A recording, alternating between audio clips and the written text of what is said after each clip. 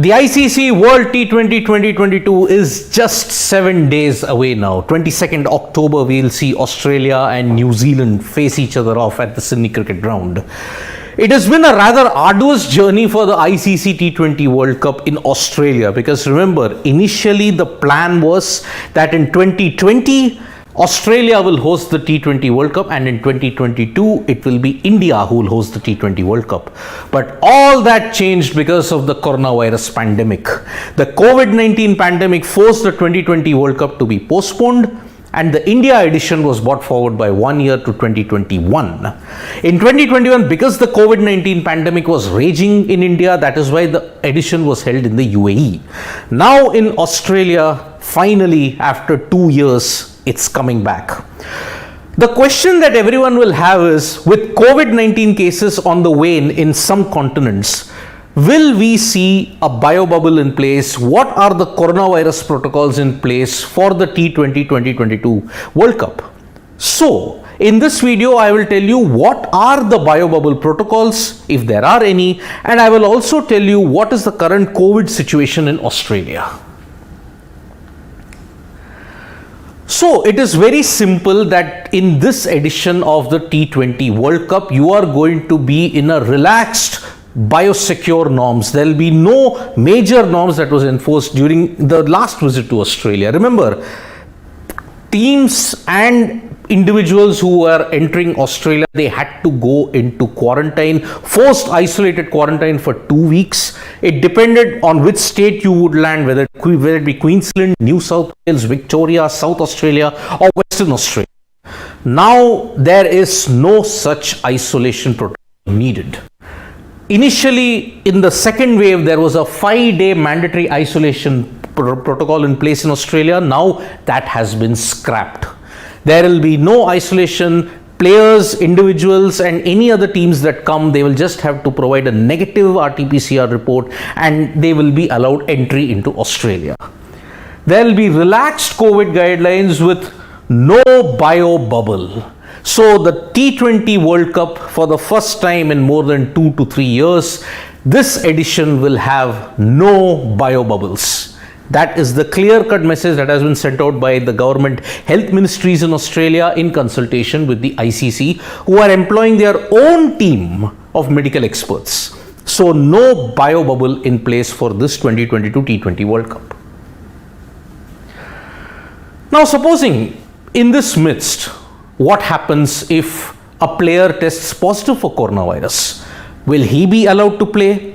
The answer is yes. Look at the recent case of what happened with Talia Magra in the Commonwealth Games final.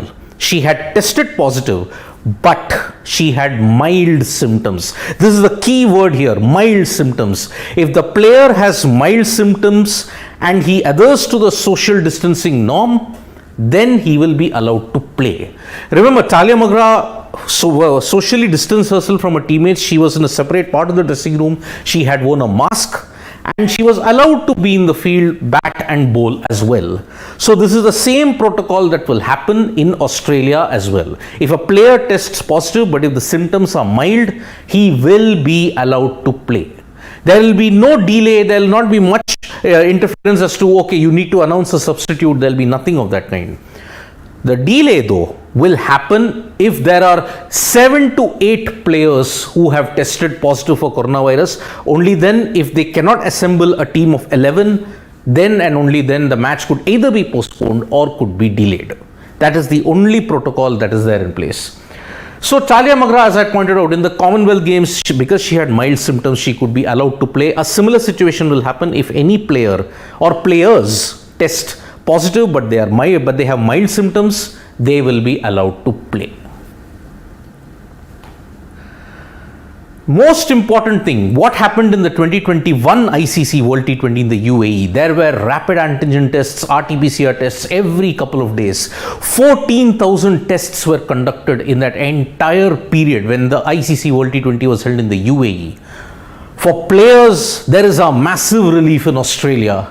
No mandatory testing. There will be no testing of the players in Australia, and regular commercial flights will be taken by the players. Another important thing, when the coronavirus pandemic was there, chartered flights would be taken. Only for the players. Here, regular commercial flights. So that is another update that we have for the coronavirus protocol when it comes to Australia.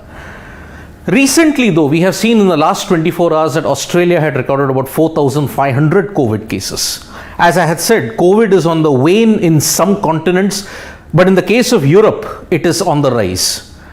This will be the first event, by the way, by which there will be relaxed biosecure norms. Because remember, in FIFA, the FIFA World Cup that is going to be held in November, December, there will be strict adherence to biosecure norms. Remember, players will get tested every 2 days, and if a player is positive, then they will have to be in isolation for a couple of days. FIFA World Cup still has that protocol. The T20 World Cup in Australia is in a very relaxed biosecure norm.